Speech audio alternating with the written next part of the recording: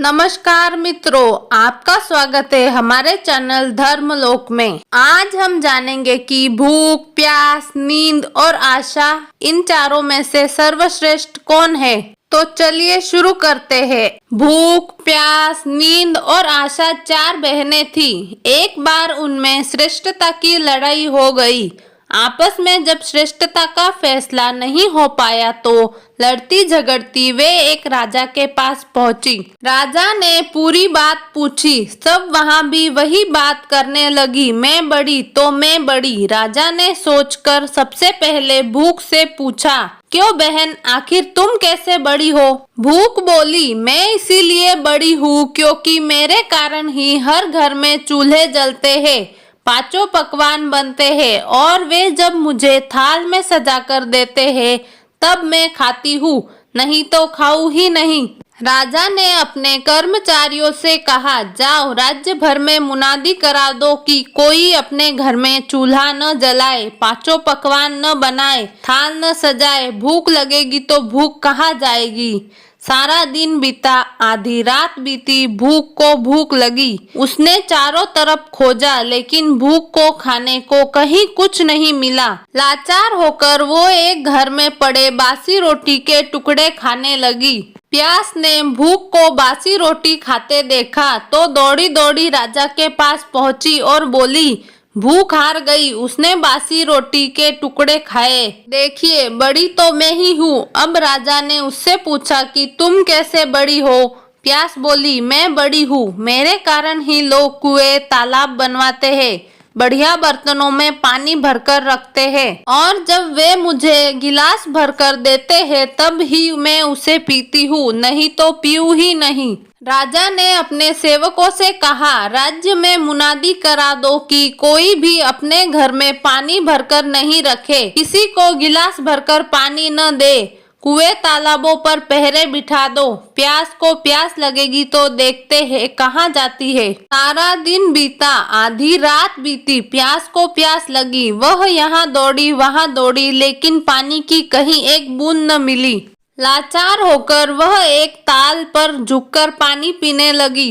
नींद ने देखा तो वह दौड़ी दौड़ी राजा के पास पहुंची और बताया कि प्यास हार गई, वह तो ताल पर झुककर पानी पी रही है। मैं बड़ी हूँ, अब इसमें तो कोई शंका नहीं रह गई है। राजा ने पूछा, तुम कैसे बड़ी हो वो भी बता दो।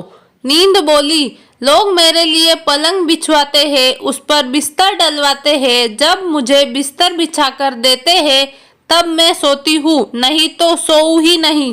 राजा ने सेवकों से कहा, राज्य में मुनादी करा दो, कोई पलंग न बनवाए, उस पर गद्दे भी नहीं डलवाए और बिस्तर बिछाकर भी न रखे। देखे नींद को नींद आएगी तो वो कहाँ जाएगी। दिन में तो ठीक रहा, आधी रात भी बीत गई, नींद भी उसे झेल गई, लेकिन उसके बाद नींद को नींद आने लगी। उसने खूब ढूंढा लेकिन बिस्तर कहीं नहीं मिला। हार कर वह उबड़ खाबड़ जमीन पर ही सो गई। आशा ने राजा को खबर दी। उसने कहा, नींद भी हार गई, नर्म बिस्तर की बात कहने वाली उबड़ खाबड़ धरती पर सो गई। वास्तव में भूख, प्यास और नींद तीनों में मैं बड़ी हूँ।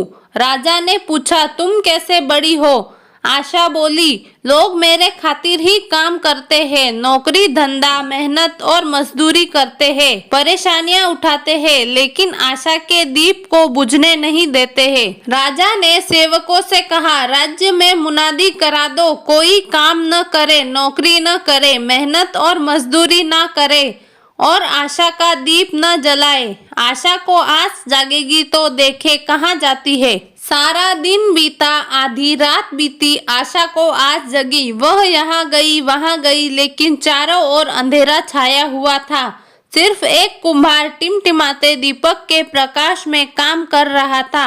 आशा वहाँ जाकर टिक गई और राजा ने देखा कुम्हार ने जो दिए बनाए वो सोने के हो गए। सोने के दिए में रुपए की बाती तथा कंचन का महल बन गया। जैसे उसकी आशाएं पूरी हुई वैसे सबकी हो। कामनाओं के दीप बुझे तो अच्छा, लेकिन आशा का दीप कभी बुझने नहीं देना चाहिए। हालात कैसे भी हो, यह दीप ऐसा है जो जीवन को प्रकाशित करने के लिए जूझने का हौसला देता है। फिर नींद, भूख, प्यास सब संगी हो जाते हैं। ये देखकर राजा बहुत खुश हुआ और उसने अपना फैसला सुनाया कि भूख, प्यास, नींद और आशा में से सर्वश्रेष्ठ आशा ही है। ये पूरी दुनिया आशा मतलब उम्मीद पर ही टिकी हुई है। हम सबके जीवन में एक आस ही होती है जो हमें नामुमकिन काम को करने की ताकत देती है। तो मित्रों, आज के लिए बस इतना ही। उम्मीद करते हैं हमारे द्वारा दी गई जानकारी आपको अच्छी लगी होगी। आपको हमारा वीडियो अच्छा लगा हो तो लाइक, शेयर और सब्सक्राइब जरूर करें।